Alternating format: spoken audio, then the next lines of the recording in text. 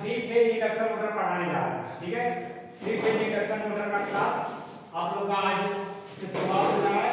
Three phase induction motor में आपको सबसे पहले ये जानकारी लेनी पड़ेगी कि जो इंडक्शन मोटर है, इंडक्शन मोटर क्या करता है, इसके वर्किंग क्या होंगे, इसमें क्या क्या चीजें पढ़नी है। तो सबसे पहले आप लोग को जानकारी लेनी पड़ेगी कि यह three phase induction motor AC का भाग है, एसी मोटर का भाग है या डीसी मोटर का भाग है। सबसे पहले आपको ये पता करना पड़ेगा, फिर ये पता करना पड़ेगा स्टार्टिंग में कि ये किस चीज का सिंबल है।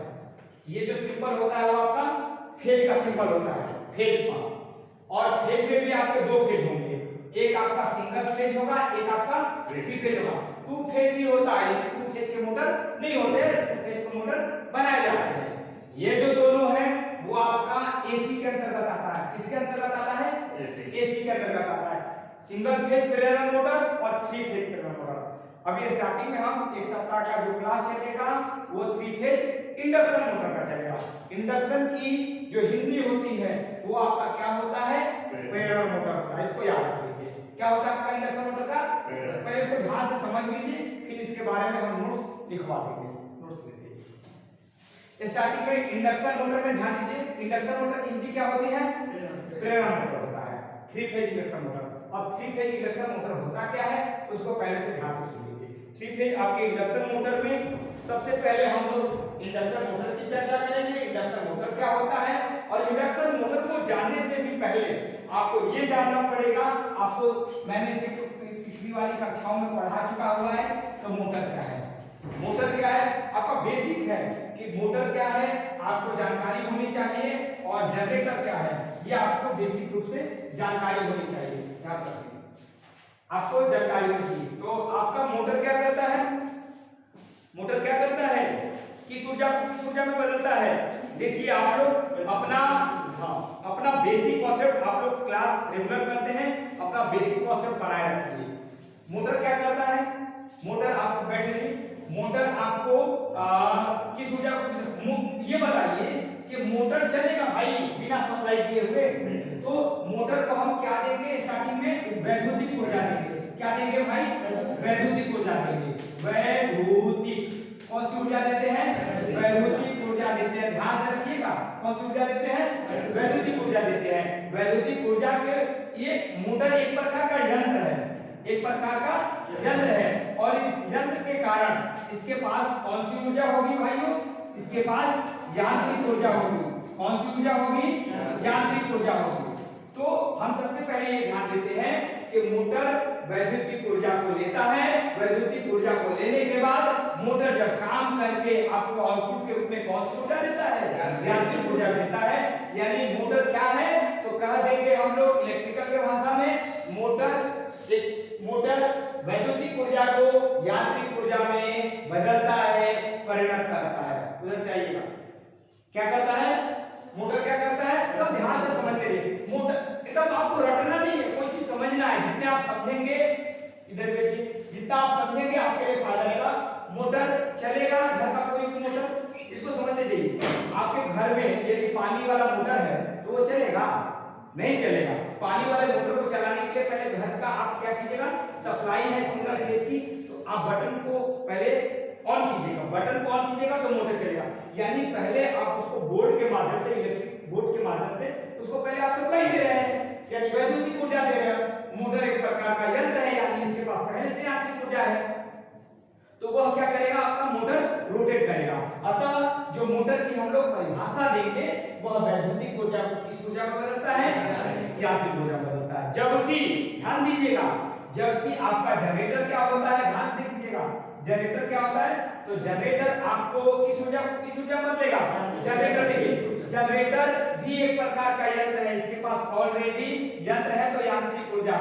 ये आपको समझने और रखने का मैं तरीका बता रहा हूं। जनरेटर यांत्रिक ऊर्जा को किस ऊर्जा में बदल देगा?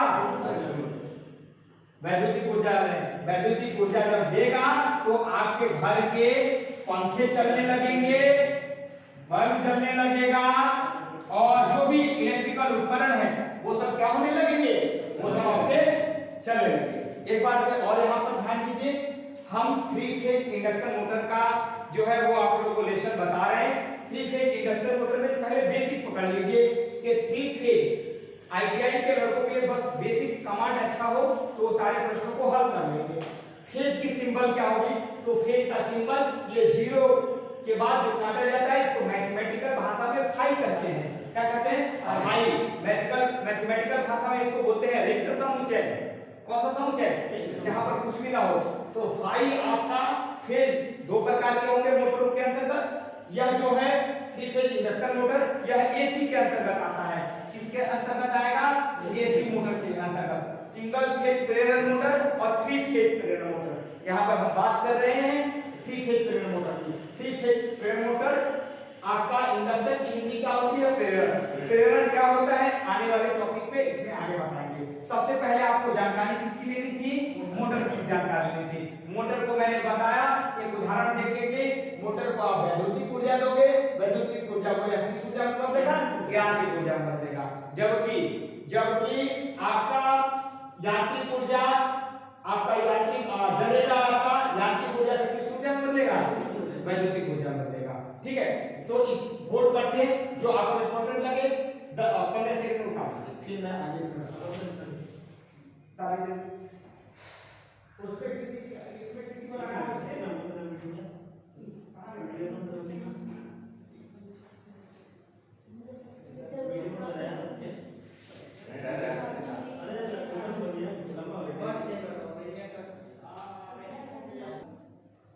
बेटा तो आप लोगों को इसमें मैं आप लोगों को आगे बता रहा हूं। सबसे पहले मैं चाहूंगा एक बार इसको ध्यान दो। आपका 3 फेज इंडक्शन मोटर में मैं पढ़ा रहा हूं। 3 फेज इंडक्शन मोटर में मैं आपको फेज बता दिया। ये फेज का सिंबल है। किसी का सिंबल है? फेज का। इसको आप फेज लिख लीजिए। फेज में बाबू 3 फाई लिखा रहेगा तो 3 फेज और 1 फाई लिखा रहेगा तो 1 सिंगल फेज। जो 3 फेज इंडक्शन मोटर है या सिंगल फेज इंडक्शन मोटर है या एसी मोटर के अंतर्गत आएगा। कौन सा मोटर के अंतर्गत आएगा? एसी मोटर के अंतर्गत आएगा।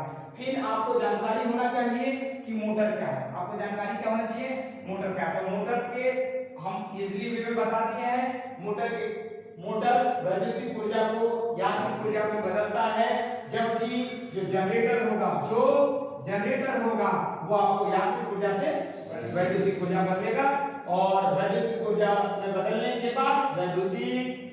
में बदलने के बाद आपका जैसे पंखा हो गया, बल्ब हो गया और भी जो आपके इलेक्ट्रिकल उपकरण हो गए वो आप क्या होंगे? चलने लगेंगे। इसके बाद से हम आप लोगों को बता रहे हैं अपने जो वर्कशॉप होते हैं उस वर्कशॉप में आप जो आप अपने इलेक्ट्रिकल लैब में गए हो, इलेक्ट्रिशियन वर्कशॉप में, तो उसमें आपने डीसी का भी मोटर देखा है और एसी का भी मोटर देखा है। तो आप लोग एक हेडिंग डाल लीजिए कि कार्यशालाओं में मुख्यतः 2 प्रकार की मोटरें होती हैं। कार्यशालाओं में मुख्यतः 2 प्रकार की मोटरें होती हैं।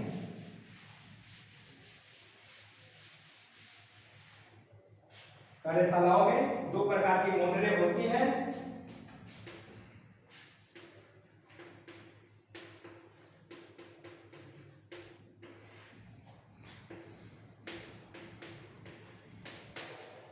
कौन सी मोटरें होती हैं? 2 प्रकार की होती हैं।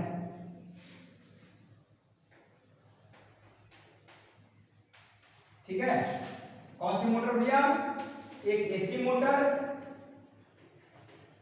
और एक आपका डीसी मोटर। कितनी मोटरें होंगी? आपकी 2 मोटरें होंगी। जो हम लोग आपका 3 फेज इंडक्शन मोटर पढ़ रहे हैं वो किसके अंतर्गत पढ़ेंगे? आपको एसी के अंतर्गत पढ़ेंगे। अभी मैं इसको पढ़ा रहा हूं, उसके 1 सप्ताह के बाद ये क्लासेस चलने लगेंगी। आपका 3 फेज प्रेरण मोटर, प्रेरण को ही अंग्रेजी में इंडक्शन कहते हैं। आप लोगों को आईटीआई में निमी वर्ड भी जानना पड़ेगा, उसकी हिंदी भी जाननी पड़ेगी, इंग्लिश वर्ड भी जानना पड़ेगा। ठीक है, आजकल परीक्षाओं में कहीं कहीं पर इंग्लिश वर्ड दे दिया जाता है, कहीं कहीं पर निमी वर्ड दे दिया जाता है, कहीं पर शुद्ध हिंदी दे दिया जाता है। तो आपको अपने किताब के माध्यम से ये तीनों वर्ड जानने पड़ेंगे। अब मैं 3 फेज इंडक्शन मोटर के बारे में चर्चा कर रहा हूं। तो 3 फेज इंडक्शन मोटर एसी का भाग है कि डीसी का? डीसी का भाग। डीसी का भाग है, एसी का भाग है। तो सबसे पहले आप लोगों को हम 3 फेज इंडक्शन मोटर के बारे में बता दें। चॉकलेट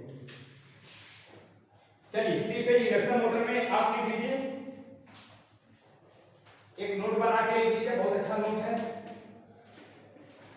नोट नंबर 1 लिख लीजिए। डीसी मोटर के प्रचालन हेतु यानी उसको चलाने हेतु, डीसी मोटर के प्रचालन हेतु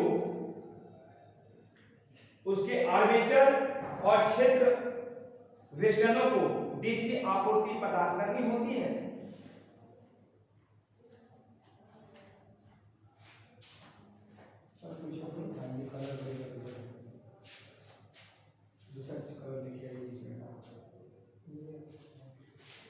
डीसी मोटर के प्रचालन हेतु उसके आर्मेचर तथा क्षेत्र वेस्टर्नों में। अब मैं आप लोगों को इसके पहले डीसी मोटर पढ़ा चुका था। डीसी मोटर में ध्यान देना, किस मोटर में भैया, किस मोटर में, डीसी मोटर में, किस मोटर में, डीसी मोटर में। ध्यान दीजिएगा डीसी मोटर में मैं क्या बता रहा हूं। डीसी मोटर में जो सबसे ऊपर वाला भाग होता है वो क्या होता है, बॉडी या युग होता है। क्या होता है, बॉडी या युग होता है। इसको मैं आप लोगों को दिखा भी चुका हूं। सपोज दैट आप लोगों को ये सिंपली वे में मैं दिखा रहा हूं, ध्यान दीजिएगा।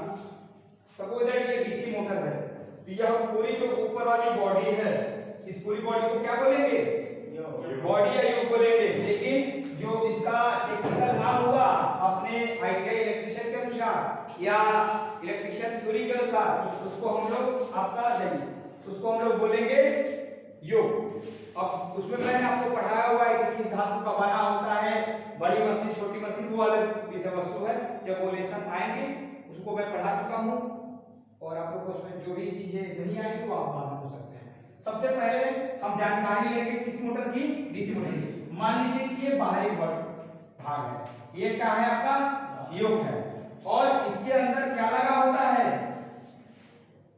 ये क्या होता है आपका, ये तो आपके शाफ्ट होते हैं, क्या होते हैं, शाफ्ट होते हैं। इस पर आर्मेचर क्या होता है, उसका वाइंडिंग क्या रहता है, पोल होते हैं, पोल शू होते हैं, 2 पोल होंगे 4 पोल होंगे, वो अलग मैटर है।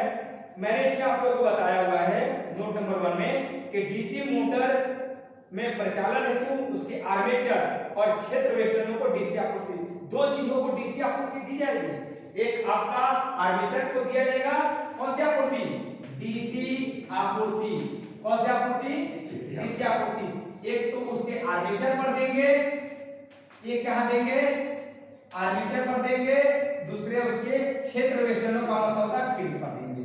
किस पर देंगे, फील्ड पर देंगे। एक आपका इसमें मैं मोटर के क्रम में आप लोगों को बताया था, एक इस तरह का आप लोगों को चित्र याद होगा। यदि ये आर्मेचर का सिंबल हो गया, किसी का सिंबल हो गया, आर्मेचर का, यहाँ पर हम एक सीरीज में या शंट में फील्ड को लपेटते थे, तो एक आप डीसी की आपूर्ति एक आर्मेचर में दोगे और एक डीसी की आपूर्ति आप फील्ड में दोगे। 2 आपूर्तियां दी जाती हैं। कितनी आपूर्ति दी जाती है, 2 आपूर्ति। लेकिन किस मोटर में, डीसी मोटर में, किस मोटर में, डीसी मोटर में। डीसी मोटर में जो आपूर्ति देना होगा वो आपको एक फील्ड पर दोगे और एक आपको आर्मेचर में दोगे। जबकि आपके एसी मोटर में केवल हम फील्ड पर देते हैं। किस पर देते हैं, जबकि लिख लीजिए, जबकि एसी मोटर में केवल क्षेत्र वेस्टर्न, क्षेत्र का मतलब ब्रैकेट में कर लेना फील्ड, क्षेत्र का मतलब फील्ड, क्षेत्र का मतलब, अब क्षेत्र आपका यही कहलाएगा। ये आपका मोटर हो गया, ये आपका इतना क्षेत्र कहलाएगा। जितने दूरी तक आप क्या की गई है, वाइंडिंग की गई है, ये आपका क्षेत्र कहलाएगा। ठीक है, ये क्षेत्र कहा जाएगा। यहाँ पर कम्यूटेटर होता है, ये वाइंडिंग करके यहाँ पर क्या किया गया है, सोल्डरिंग किया गया है, बहुत सारे फैन है, शाफ्ट है, ये सब आपको कहा जाएगा। तो इसमें आप ध्यान देंगे सबसे पहले कि आपको डीसी एसी मोटर में किसमें हो रहा है, एसी मोटर में केवल क्षेत्र पर, जबकि डीसी मोटर में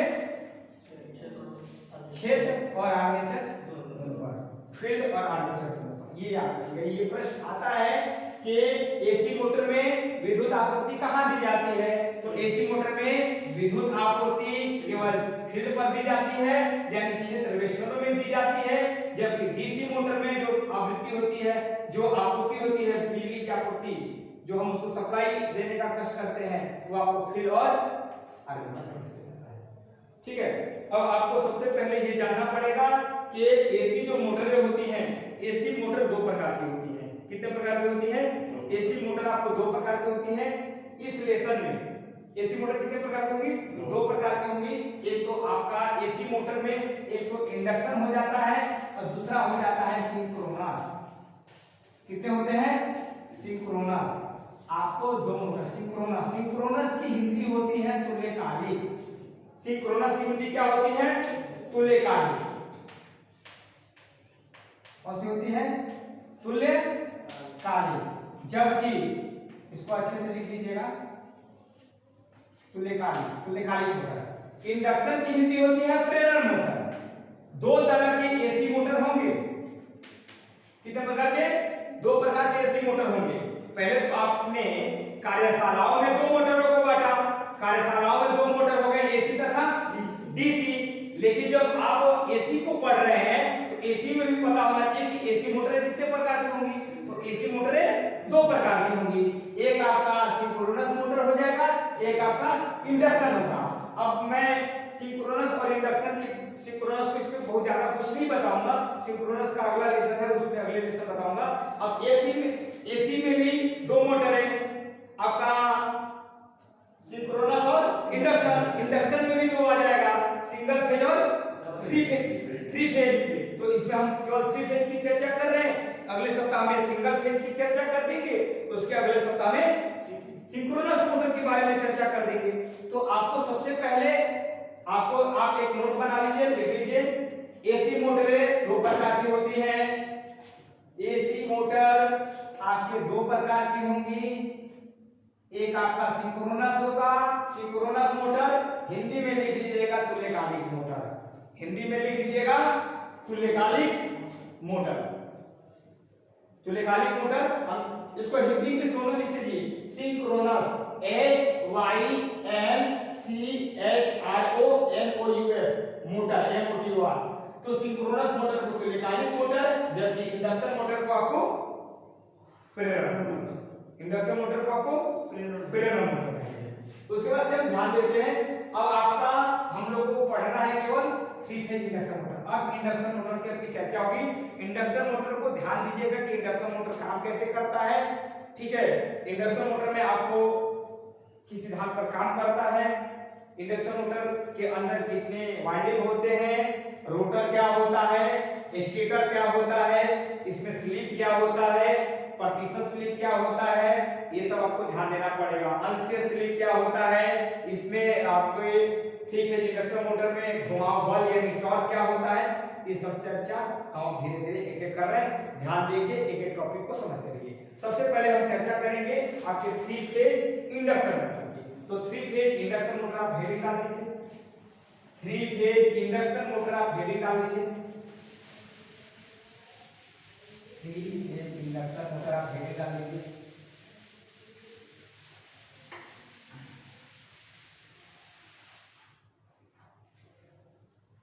थ्री फेज इंडक्शन मोटर आप हेडिंग डाल दीजिए। चलिए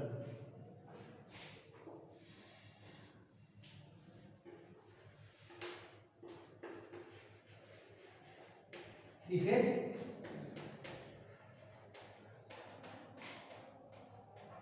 इंडक्शन मोटर। अब थ्री फेज इंडक्शन मोटर काम कैसे करता है इसको आप ध्यान दीजिए। सबसे पहले थ्री फेज इंडक्शन मोटर में आपको इसमें तीन वाइंडिंगें होंगी। कितनी वाइंडिंगें होंगी? ये बताइए, जो तीनों वाइंडिंगें होंगी इसके बीच में कोण यदि पूछते परीक्षा में तो कितने डिग्री का होगा? 120 डिग्री। कितने डिग्री का होगा? 120 डिग्री का होगा। ठीक है, ठीक है, 120 डिग्री का कोण होगा। कोण कितने होगा? 120 डिग्री का होगा। ठीक है, इसमें वाइंडिंगें कितनी होंगी? तीन। वाइंडिंगें कितनी होंगी? तो वाइंडिंग हो जाएगा 3, कोण कितना हो जाएगा 120 डिग्री का, मतलब दोनों वाइंडिंगों के बीच, दो वाइंडिंगों के बीच में होगा। आपको जैसे अपने पंखा है,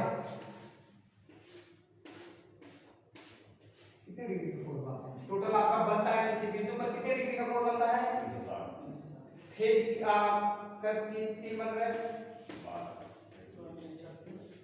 120 डिग्री का।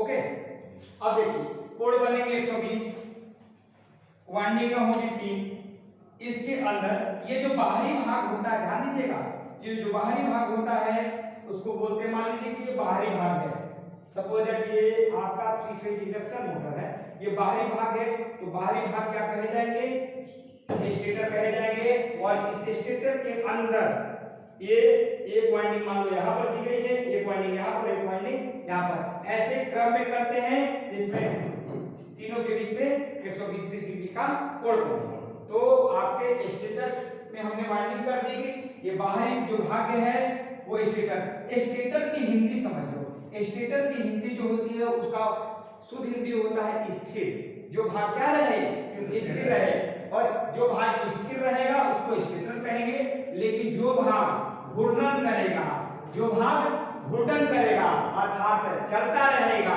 उसको क्या बोलेंगे, रोटर बोलते हैं। देखिए आप लोग का बेसिक आप लोगों ने रेगुलर क्लास किया हुआ है, सपोज दैट ये रोटर है, तो इसको क्या बोलेंगे, ये कौन सा भाग है, रोटर घूमने वाला है, घूमने वाले को बोलते हैं घूर्णन, क्या बोलते हैं, घूर्णन, इसको अंग्रेजी में बोलते हैं रोटेशन। अब यहाँ पर दो चीजें और बता दे रहा हूं जो हर टॉपिकों में काम आएगा।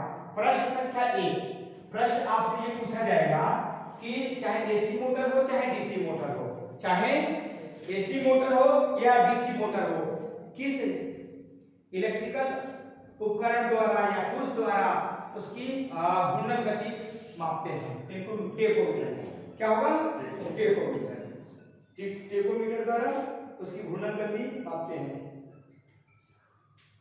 चलो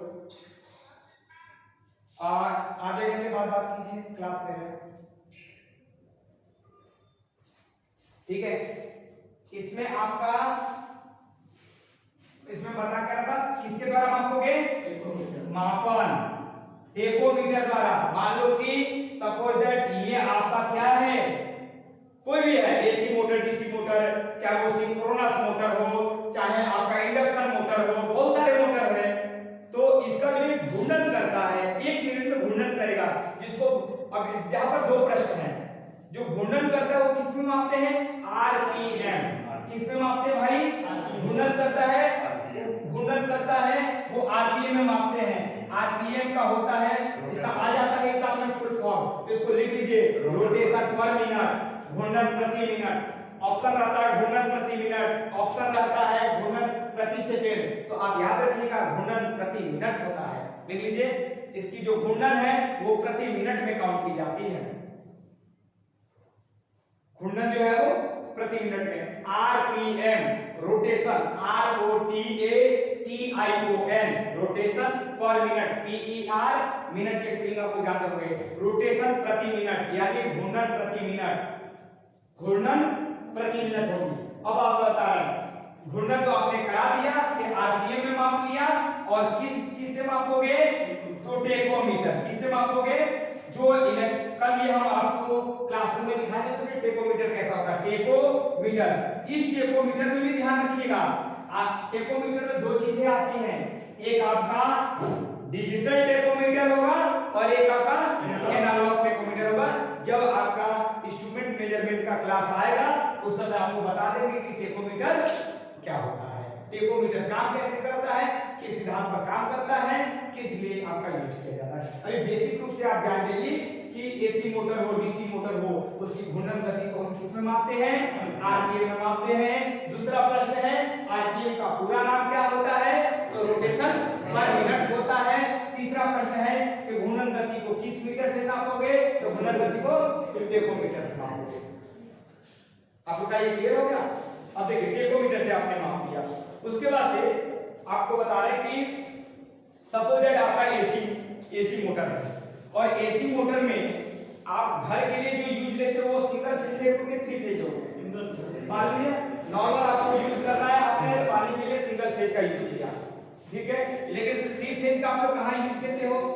इंडस्ट्री में लोगे, यहाँ पर लोड के संदर्भ में आपको काम लेना पड़ेगा। किसके संदर्भ में? तो जब आपका थ्री फेज का इंडक्शन मोटर होगा तो उसमें वोल्टेज भी होगा, करंट भी होगा और लोड भी लगाना पड़ेगा। क्या करना पड़ेगा? लोड लगाना पड़ेगा, ठीक है, ये चीज आप ध्यान रखिएगा। फिर हम लोग इसमें आपका ध्यान क्या रखते हैं? अब देखिए इसको मैं थोड़ा सा मिटा दूं।